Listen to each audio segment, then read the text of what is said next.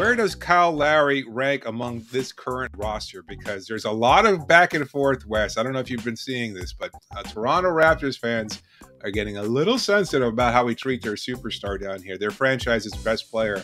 And so there have been some back and forth about where does Kyle rank, what's he doing lately, whether or not he's actually embraced Heat culture or whether or not we've helped turn his career around because he just, wasn't quite a good player in Toronto. I don't know. It's a little petty, a little fun, and a little interesting. But to me, it also has bigger MVP implications regarding Jimmy Butler, too.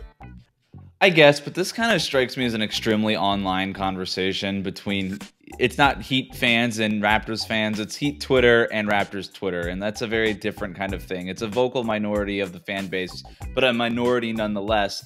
But I understand the sentiment.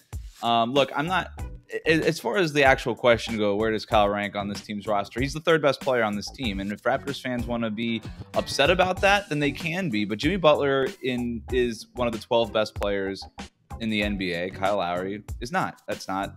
I don't want to get on to the last thing I want to do is get into a corner where I am like bashing Kyle Lowry. I love Kyle Lowry. I love that. I loved him when he was in Toronto. I love him that he's on this team now. But he's not one of the best 12 players in the league, and Jimmy Butler is. Bam Adebayo is one of the best 25 players in the league, and that's most of like the NBA ranked stuff that was coming out before the season had him in the top 20.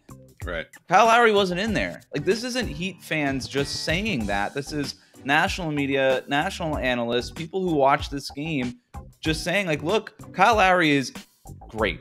He's an all-timer as far as, this generation of players.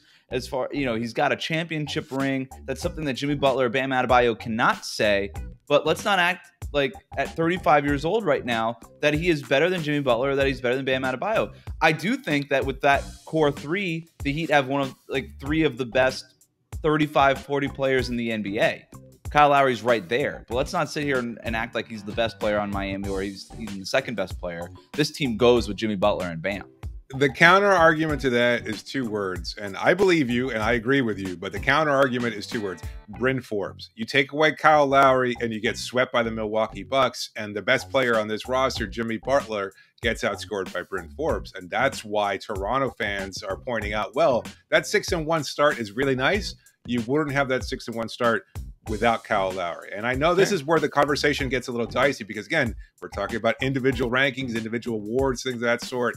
You can't separate one from the other. It's a team sport, and it always will be, and that's how you evaluate these players is in that context, which is often not included in Twitter discussions. But I could see their argument. Like, this team is dynamic. This team is great.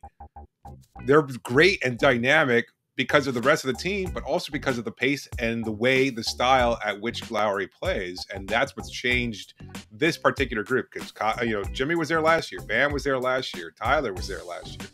Yeah. And now all of a sudden you're looking at a much better version of this Heat team. And a lot of that is due to the fact that Kyle Lowry plays the way he does.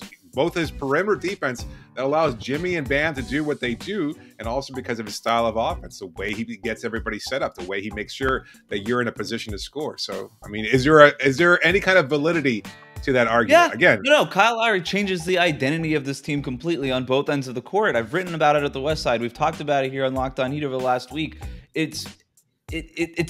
Reggie Miller couldn't stop talking about it last night during the Mavericks game. It is absolutely the case, but it's not like you go back to the Bryn Forbes thing here. The Heat didn't lose Jimmy Butler, add Kyle Lowry, and now they're better.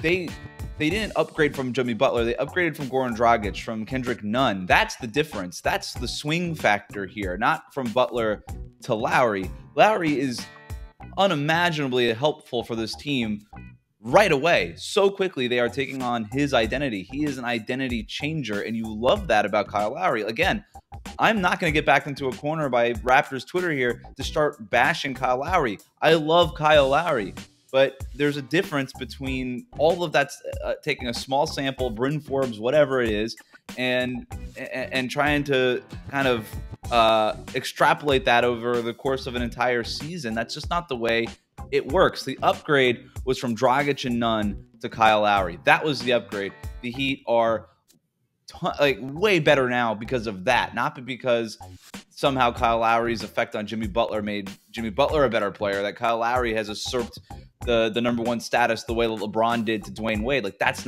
just not what is happening here. All right. How about this as a follow-up then? Is Kyle closer to number 2 in the team's current ranking, or is he closer to number 4? Because I imagine the 4th best player would be Tyler. Could you make an argument that Tyler is better than Lowry? Could you make an argument that Lowry is better than Bam? I would say that the best. No, I think it's pretty equidistant, and that's, I guess, that's a cop out of an answer. But like, what do you think? Bam's really good, man, and Tyler Herro's getting there. So I don't know. Yeah, I mean, again, I think Lowry in a vacuum is probably the 4th best player on this team. And that sucks to say because, again, immensely impactful. You love him as a player, and I don't think that's necessarily a knock. I just think it doesn't suck to say. That means you just have 3 really good players. That's a good point, 4. sir. Yeah, you can make a strong case that PJ Tucker is being an anchor of this team's defense because of the way he guards 4s, because of his switchability, too. So, look, these conversations don't ever include any kind of nuance. I know everybody is being really subjective about this because you have your favorite players, and that's totally fine. But this team only goes as far as Jimmy Butler can take. And that's without a doubt. We saw that. If anything, that's further proof of the fact that Jimmy is the team's greatest player, because when he gets shut down, when he gets limited, because there's nobody else to take some of the pressure off of Jimmy defensively, then all of a sudden you've got what you had in the last playoff series against the Bucks, where basically he gets swept. So I think that's a huge talking point there that people are kind of ignoring in this conversation. But anyway, look, you're right. 4 really great players on his team, and not a bad 5th starter, and PJ Tucker too. The best version of this team does include Tyler Herro being the 3rd best player. That's the best version of this team, and Lowry kind of going down to 4. We could parse what best means. I think Lowry defensively is going to be better than Tyler Herro ever will be, and as a playmaker, as a facilitator, he's going to be better than Tyler Herro ever will be. But if Tyler could be, maybe I shouldn't say the 3rd best player, but he's got to be one of the 2 best scorers on this team, like leading scorers, and that's what he is right now. And that's why the Heat are starting off the way they are. But let's not get too far in the weeds with this without saying, Heat fans are very grateful to the Raptors for Kyle Lowry. They just are. But this is a very extreme, like I said at the top, an extremely online argument that just seems a little silly to me. No doubt. I mean, I think they're overprotective of their guy. I totally get it. And then I think Heat fans like poking the bear a little bit. We're a sensitive sport, group too. It's been that way since 2010, and it makes total sense.